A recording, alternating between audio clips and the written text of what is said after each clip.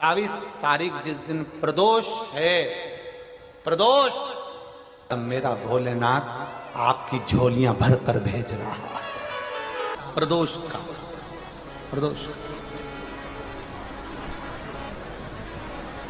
ये 3 समय एक ऐसा समय है, मान लो सुबह यदि आपको समय ना मिले भगवान शंकर का गुणगान करने के लिए, मान लो दोपहर का समय ना मिले शंकर भगवान का गुणगान करने के लिए, तो शिव पुराण कहती है जब सूर्य डूब रहा हो, प्रदोष काल का जब समय हो, तब उस शंकर का गुणगान करो तो सारी जिंदगी तुम्हें किसी के आगे हाथ नहीं फैलाना पड़ेगा।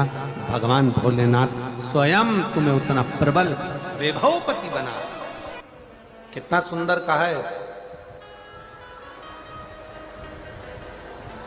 जब जिंदगी बहुत संघर्ष में चल रही हो, बहुत दुख का जीवन चल रहा हो, बहुत कष्ट का जीवन चल रहा हो, बहुत कष्टमय जीवन चल रहा हो, तब शमी के 5 पत्ते, शमी के 5 पत्ते एक दुर्वा के साथ एक अक्षत चावल का एक दाना, वो भी हल्दी में भिंगोया हुआ हो या केसर में भिंगोया हुआ हो, शमी पत्र 5, एक दुर्वा, एक चावल का दाना, जो दिल से हृदय से बेलपत्री के वृक्ष के नीचे पार्थिव लिंग का निर्माण कर कर मट्टी का शिवलिंग बनाकर प्रदोष काल में, मतलब शाम के समय पर शिवलिंग बनाकर उस पे जल चढ़ाकर, जो ये 5 शमी का पत्र, एक दुर्वा और एक चावल का दाना, अपनी कामना कर कर, जो दुख चल रहा है बाबा से विनय कर कर एक एक पत्ता जब समर्पित कर दे, फिर एक दुर्वा समर्पित कर दे, फिर एक चावल का दाना समर्पित कर दे और बाबा का वहीं पर पुनः विसर्जन कर दे, 3 महीना तो जाने दो, 15 दिन के अंदर वो दुख कटता जरूर है। चाहे कोई भी दुख, किसी भी तरह का दुख क्यों हो। मेरे मंदिर में शिवरात्रि के दिन तूने दीप लगाया, प्रकाश कर, मेरे शिवालय में तूने प्रकाश कराया, मैं तुझे वर देता हूं, कुबेर के सिंहासन पर तू बैठेगा। ऐसे एक बेलपत्र के वृक्ष की परिक्रमा करने वाले को हजारों अश्वमेध यज्ञ का फल प्राप्त हो जाता है, हजारों अश्वमेध यज्ञ का फल प्राप्त हो जाता है। उसी तरह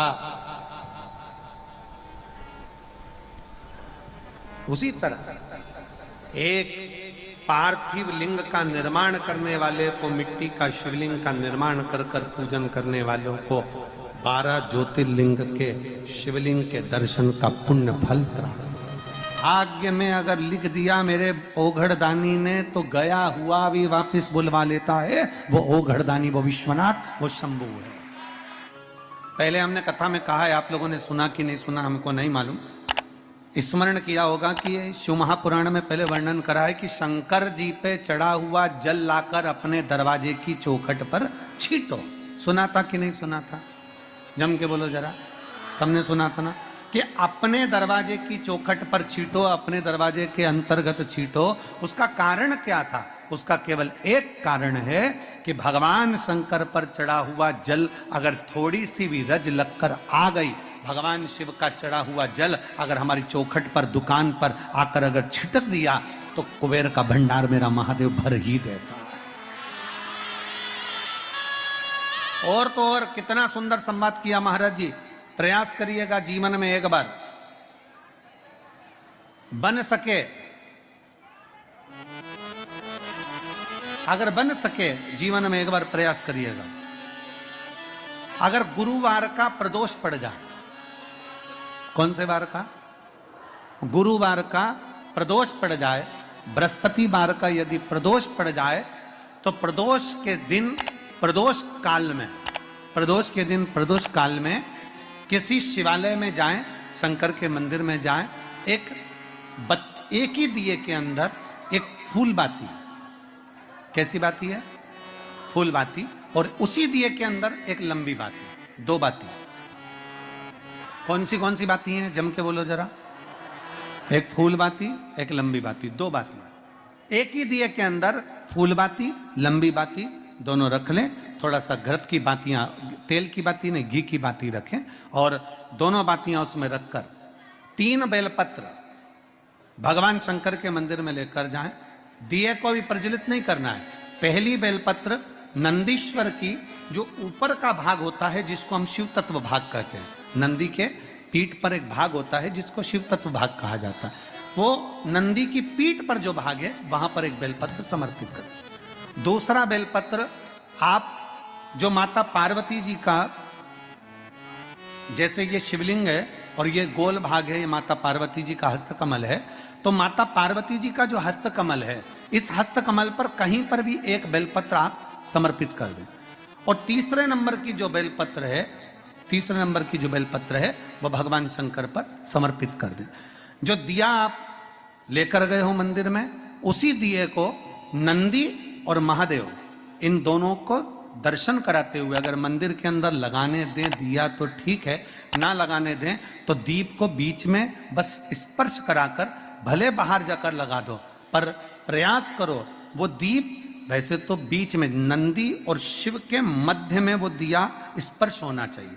जैसे ये नंदी है और ये शिव है, तो इसके मध्य में दीप स्पर्श कर ले, भले उसको जलाने ना दे, पर स्पर्श मात्र कर कर अगर आपने एकांत में कहीं पर भी ले जाकर लगा दिया, उस दीप को जला दिया, तो गया हुआ कितना भी करोड़ रुपया हो, वो धीरे धीरे कर कर गया हुआ धन हमारा वापस आता ही है। कोई खाकर भी बैठ गया तो देगा जरूर, वो धन आएगा जरूर, कैसे भी आएगा, पर अपनी संपदा वापस। जिंदगी की मान लो अगर कोई ऐसी घड़ी आ जाए,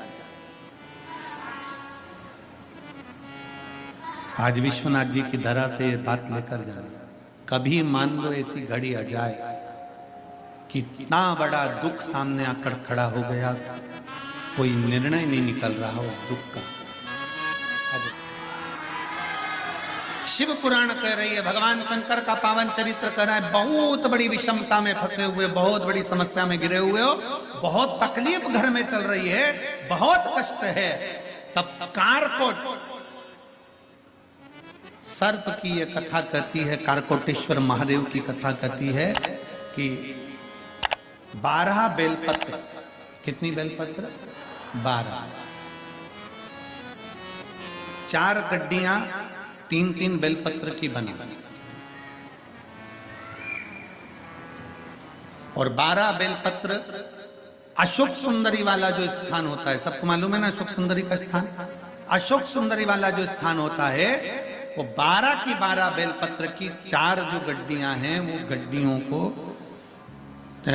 4 बेलपत्र का जो क्रम है, वो पूरी गड्डियों को, तीनों चारों को ले जाकर शंकर भगवान के उस सुंदर अशोक सुंदरी वाली जगह पर केवल महीने की, किसी भी महीने की 2 प्रदोष आप अपने हृदय से बाबा की अशोक सुंदर वाले स्थान पर समर्पित कर कर 1 लोटा जल शिव जी को उत्तर की ओर मुख कर कर समर्पित करें।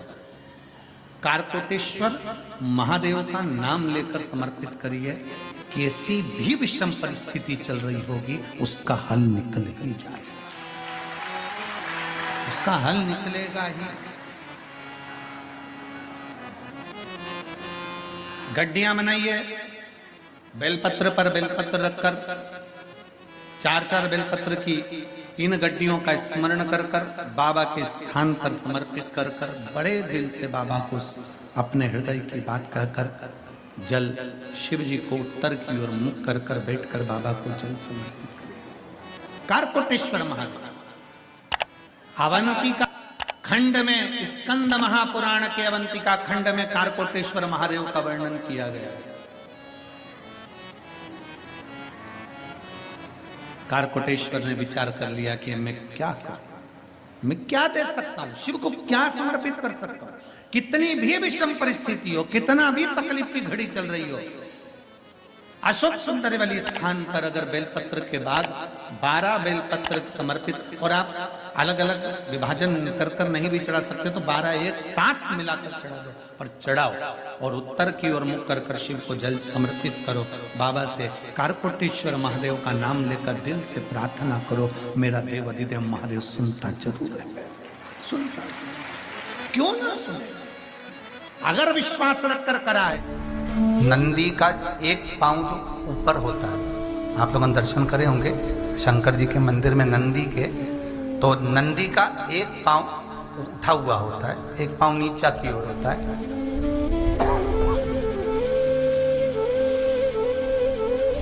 शिव पुराण की कथा कहती है, मान लो कोई हड्डी से जुड़ा हुआ रोग,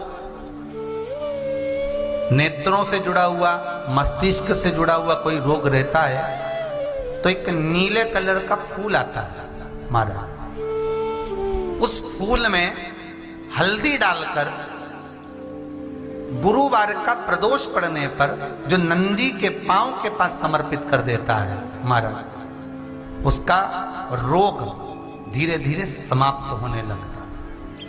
लिंग पुराण कहती है कि नंदीश्वर भगवान के सामने जो पुष्प समर्पित करा जाता है उसको, ये तो लिखा था स्कंद पुराण और शिव पुराण, लिंग पुराण कहती है जो फूल आपने समर्पित करा उसको लाकर पानी की बाल्टी में डालकर आप स्नान भी कर सकते हो, उससे भी हड्डी के जितने रोग होते हैं उसमें आराम लगने लगता है। जैसे कहीं शरीर नहीं चल रहा, हाथ झुन्न पड़ रहा है, हाथ काम नहीं कर रहा, हाथ में झुनझुनी आ रही है, कंपन आ रहा है, उसमें भी ये प्रयोग काम, पर होना चाहिए बृहस्पतिवार की प्रदोष। कौन से वार की? बृहस्पतिवार, गुरुवार की प्रदोष।